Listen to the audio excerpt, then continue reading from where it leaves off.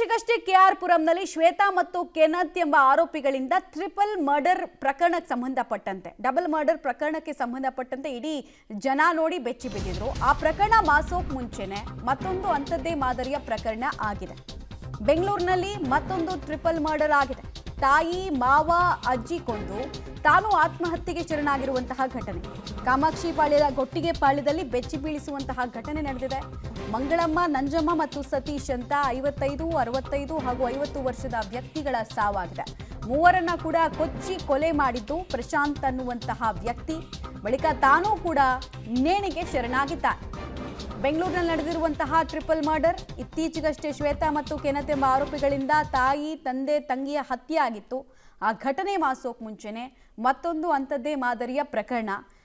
ಈ ಪ್ರಕರಣದಲ್ಲಿ ಕೊಲೆಗೆ ದುರುದ್ದೇಶ ಏನು ಅನ್ನೋದು ಗೊತ್ತಾಗಬೇಕಾಗಿದೆ. ಯಾವ ಕಾರಣಕ್ಕಾಗಿ ಹೀಗೆ ಈ ವ್ಯಕ್ತಿ ತನ್ನ ಫ್ಯಾಮಿಲಿ ಸದಸ್ಯರನ್ನೇ ಮುಗಿಸಿದ ಅನ್ನೋದು ತಿಳಿದು ಬರಬೇಕಾಗಿದೆ. ಬಟ್ ಇಡೀ ಕುಟುಂಬಕ್ಕೆ ಶಾಕ್ ಆಗಿದೆ. ಸಂಬಂಧಿಕರು ಮತ್ತು ಸುತ್ತಮುತ್ತ ಮನೆಯವರಿಗೂ ಕೂಡ ಇದು ದಿಗ್ಭ್ರಮೆಯನ್ನ ಉಂಟು ಮಾಡಿಸ್ತಾ ಇದೆ. ಈ ಪ್ರಕರಣ ತಾಯಿ, ಮಾವ, ಅಜ್ಜಿಯನ್ನ ಮುಗಿಸಿದ್ದಾನೆ.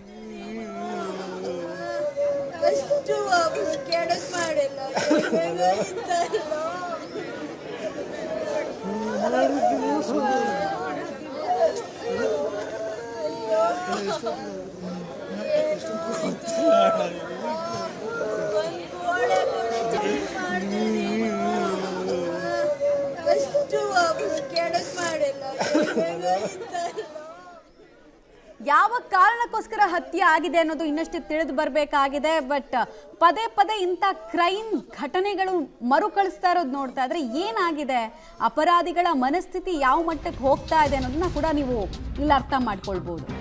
ಮನೆಯ ಬಾಗಿಲಲ್ಲೇ ಅಮ್ಮ ಅಜ್ಜಿಯನ್ನ ಪಾಪಿ ಕೊಂದಿರ್ತಾನೆ. ಮನೆಯ ಕೋಣೆಯಲ್ಲಿದ್ದ ಮಾವ ಸತೀಶ್ನನ್ನ ಕೂಡ ಕೊಚ್ಚಿ ಕೊಲೆ ಮಾಡಿದ್ದಾರೆ. ಒಬ್ಬೊಬ್ಬರ ದೇಹ ಒಂದೊಂದು ಕಡೆ. ಬಳಿಕ ಪ್ರಶಾಂತ್ನನ್ನ ರೂಮಲ್ಲಿ ಮನೆ ಮಾಲೀಕ ಕೂಡಿ ಹಾಕ್ತಾನೆ. ಯಾವಾಗ ಈ ವಿಚಾರ ಎಲ್ಲ ಗೊತ್ತಾಗುತ್ತೆ. ಕೂಡಿ ಹಾಕಿದ್ದ ವೇಳೆ ರೂಮ್ನಲ್ಲಿ ಪ್ರಶಾಂತ್ ಆತ್ಮಹತ್ಯೆ ಮಾಡ್ಕೊಂಡಿದ್ದಾನೆ. ಅಂದ್ರೆ ಸಿಕ್ಕಿ ಬಿದ್ದೆ ಅನ್ನೋ ಭಯಕ್ಕ ಅಥವಾ ಫಸ್ಟೇ ಇವನು ಪೂರ್ವ ತಯಾರಿಗಳನ್ನ ಆತ್ಮಹತ್ಯೆ ಮಾಡ್ಕೊಳ್ಳೋದಕ್ಕೆ ಮಾಡಿದ್ನ ತಿಳಿದು ಬಂದಿಲ್ಲ. ಆರೋಪಿ ಪ್ರಶಾಂತ್ ಕುಕೃತ್ಯಕ್ಕೆ ಇಡೀ ಫ್ಯಾಮಿಲಿ ಮುಗಿದಿದೆ.